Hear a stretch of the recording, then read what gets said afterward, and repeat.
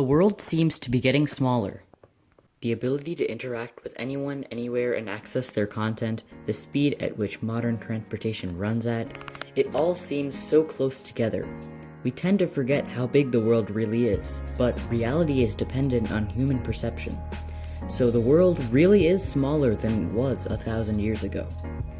This trend is evident as well in the cubing community.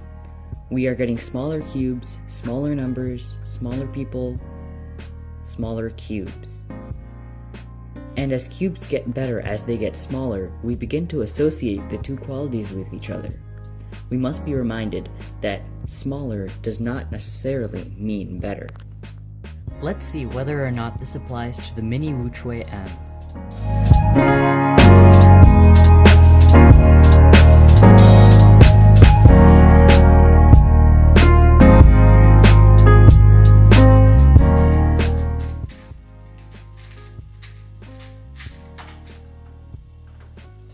My previous 4x4 main was the original Chi Wuque, and though I liked it a lot, it was always far too slow for my liking. Eventually, it died, and the only other 4x4 I had was a Cyclone Boys with a missing internal piece, so I decided to take a break from 4x4 until I got a better cube. When the mini Wuque was released on July 23rd, I immediately got excited, and not much later, I bought it. Just to show you how big of an improvement this cube was over my previous main, I broke my PB averages of 5 and 12 within the first 30 solves of this cube. Also, I will be reviewing the magnetic version, but I'm sure that the non-magnetic one will still have many of the same qualities as this one. The mini Wuque M is, of course, 60mm, making it only slightly smaller than the standard 62mm for 4x4s. It weighs 135.4 grams and costs $31.99 on the cubicle. The non-magnetic version weighs 123.1 grams and costs $23.99.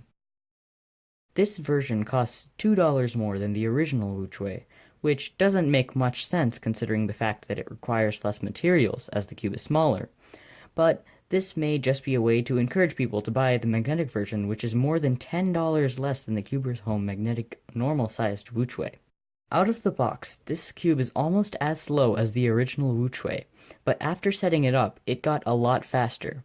I lubricated it with the angstrom lubes, and after breaking it in, it feels very clean and crisp, but not smooth like the normal-sized angstrom Wuque.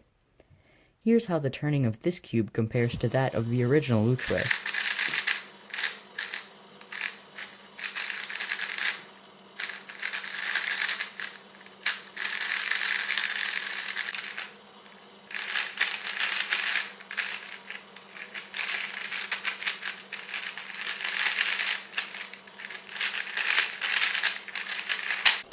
The outer layers of this cube have a slightly sandy feel and are relatively fast but also feel extremely stable.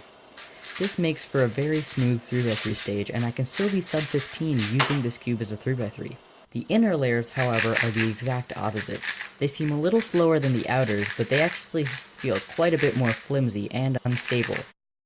This tends to cause lockups, and though they are rare, they definitely can ruin a solve. OLL and PLL parity executions are fine. The corner cutting of this cube is good enough to help if there is a misalignment in a solve, but I'm not sure what the norms are for the expectations of different types of big cube corner cutting. So here's how far the cube can cut on as many layer misalignments as I could come up with.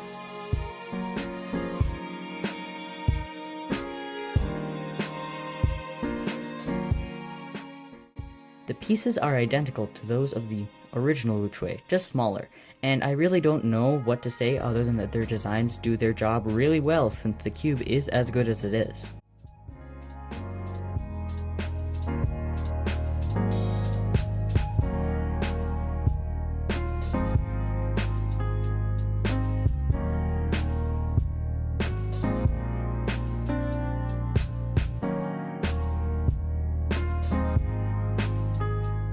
Overall, this is a great cube and an update on a 4x4 that has broken the world record single 4 times and average 9 times. In fact, the top 5 4x4 solvers in the world by single all use some version of the Chi Wuque. If one thing is certain about this cube, it is that it has very high expectations.